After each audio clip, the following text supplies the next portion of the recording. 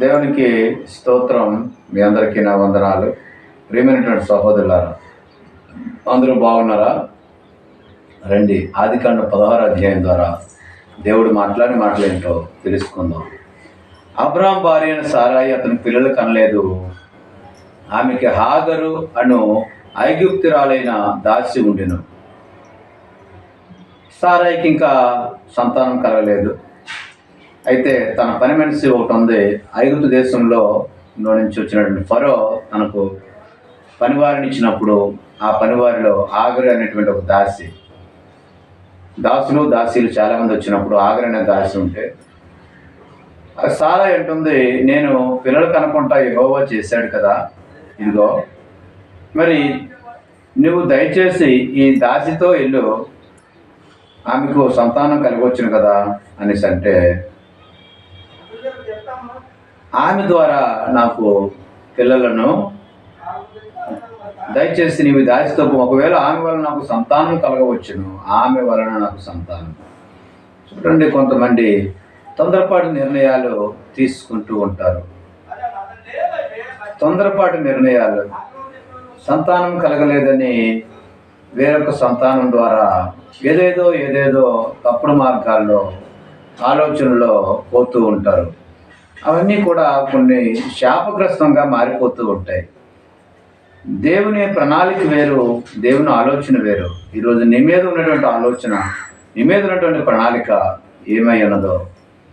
ఈ సారా అనుకుంటుంది, పిల్లలు లేరు కదా నాకు, ఇదిగో మన దాంట్లో దాసి ఉంది, దాసితో వెళ్ళు, దాసిని వివాహం చేసుకో, దాసి ద్వారా నాకు సంతానం కలుగుతారు అనుకుంటుంది.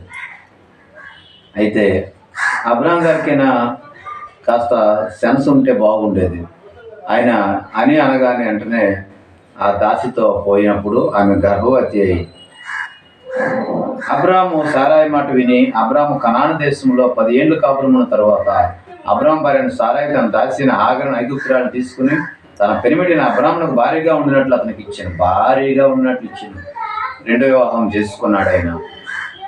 అతడు హాగరుతో పోయినప్పుడు ఆమె గర్భవతి అయింది. తాను గర్భవతి అయినదే మొదలు తెలుసుకున్నప్పుడు తాను యజమానురాలు, దాని దృష్టికి నీచమైన దాయను. చూడండి, ఎప్పుడైతే దాసి గర్భవతి అయిందో యజమానురాలు తన దృష్టిలో ఎలా కనబడుతుందంటే చాలా నీచంగా, నువ్వు గుడ్రాలువి, నీకు ఇంకా పిల్లలు కనరు, నీకు పిల్లలు చూడు, నాకు వెంటనే దేవుడు గర్భఫలాలు ఇచ్చాడు, నీకు గర్భఫలాలు ఎవరు అని తక్కువ మాటలు మాట్లాడుతూ తక్కువ చేసి మాట్లాడుతుంది యజమానురాలిని. అసలు యజమానురాలు దాసికి హక్కులు ఇచ్చింది. అసలు యజమానురాలు చేసిన పొరపాటు అది. మరి పొరపాటు అయిన తర్వాత మరి ఏం చేస్తాం? భార్య అయిన తర్వాత సర్వ హక్కులు కూడా తనకు కూడా వచ్చేస్తూ ఉన్నాయి. అయితే సారాయి చాలా బాధపడుతూ మరి అబ్రాం గారితో అంటుంది, నేను దాని దృష్టికి నీచమైన దానిని అయితేనే, నేను దాసి దృష్టికి నీచమైన దానిని అయితేనే, నాకును నీకును యెహోవా న్యాయం తీర్చును గాక అని అబ్రాంతో అంటున్నాడు. అయితే అబ్రాం అంటున్నాడు, నీగో నీ దాసి నీ చేతిలో ఉన్నది, నీ మనసు వచ్చినట్టు దాన్ని చేయవంటే సారాయి దాన్ని శ్రమ పెట్టినందున ఆమె యొద్ద నుండి పారిపోయింది. సారాయి ఇంకా ఆ ఆవిడను చాలా శ్రమ పెట్టడం మొదలుపెట్టింది. ఆమె మొట్టమొదటిగా కోరినప్పుడు మరి ఇష్టపడినప్పుడు భరించాలి కదా. ఆమె ఏదో మాట అన్నదని ఒక్కసారితోనే భరించలేక వెంటనే శ్రమ పెట్టడం మొదలెట్టినప్పుడు ఆమె యొద్ద నుంచి పారిపోతున్నప్పుడు ఆమె యెహోవా దూత అరణ్యంలో నీటి బొగ్గు యొద్ద, అనగా షూరు మార్గంలో బొగ్గు యొద్ద ఆమెను కనుగొని, సారాయి, ఆగరువైన దాసి అయిన ఆగరు, ఎక్కడి నుండి వచ్చితివి, ఎక్కడికి వెళ్తున్నావు అని అడిగినందుకు, అది నా యజమానురాలైన సారాయి యొద్ద నుండి పారిపోవచ్చున్నాను, నా యజమానురాలైన సారాయి యొద్ద నుండి పారిపోవచ్చున్నాను. చూడండి, చాలామంది ఇదే పరిస్థితిలో ఏర్పాటు అవుతుంది. కొన్నాళ్ళు ఇష్టపడతారు, ఆశపడతారు, ఏదైనా సమస్య వచ్చినప్పుడు యజమానుల యొద్ద నుంచి దాసులు పారిపోతూ ఉంటారు. అయితే పారిపోవచ్చు, కానీ ఈమె మరి వట్టి మనిషి కాదు. గర్భంలో ఒక శిశువు ఉన్నాడు. ఆమె కన్సీవ్ అయ్యింది, గర్భవతి అయింది కాబట్టి పారిపోయినప్పుడు మరి దేవుని దూత ఆయన దగ్గరకు వచ్చింది. హాగరు, సారాయి దాసి అయిన హాగరు, చూడండి ఎలా పిలుస్తున్నాడు, సారాయి దాసి అయిన హాగరు, ఎక్కడికి వెళ్తున్నావు అంటే, నేను తన యజమానురాలను సారాయి నుండి వెళ్ళిపోతున్నానంటే ఆ దూత అంటుంది, నీ యజమానురాలు యొద్దకు తిరిగి వెళ్ళి ఆమె చేతి కింద అణిగియుండుము. నీ యజమానురాలు యొద్దకు తిరిగి వెళ్ళి, నువ్వు తిరిగి వెళ్ళామా, నువ్వు ఇక్కడ ఉండొద్దు, ఇది నీ క్షేమం కాదు, ఆమె చేతి కింద నువ్వు అణిగి ఉండు. అలాగుంటే నీ సంతానము నిశ్చయముగా విస్తరింపజేస్తాను, అది లెక్కింప వీలు లేనంత విస్తారమగును. మరియు నీవు కుమారుని కంటావు, అతనికి ఇస్మాయిల్ పేరు పెడతావు. అతడు అడవి గాడిద వంటి మనుష్యుడు, అందరి చేతులు అతనికి విరోధముగా ఉండును. అతడు తన సహోదరులందరూ ఎదుట నివసించునని దానితో చెప్తును. చూడండి, హాగరుకు కూడా మరి వాగ్దానం వచ్చింది దేవుని యొద్ద నుంచి, నువ్వు భయపడవద్దు, నువ్వు ఎక్కడికి వెళ్ళాలి, నీ యజమానురాలి చేతి కిందకి, నీ యజమానురాలి యొద్దకు తిరిగి వెళ్ళి ఆమె చేతి కింద అణిగి ఉండు. నిజమే, యజమానురాలి దగ్గర అణిగి ఉంటే చాలు. నీ యజమానుడి దగ్గర అణిగి ఉంటున్నావా? నువ్వు ఒబేగా ఉంటున్నావా? అనుభవంగా ఉంటున్నావా? మీ ఓనర్స్ దగ్గర, ఇంటి యజమానుల దగ్గర, మీ పెద్దవాళ్ళ దగ్గర, మరి మీరు ఎలాగో ఉంటున్నారు?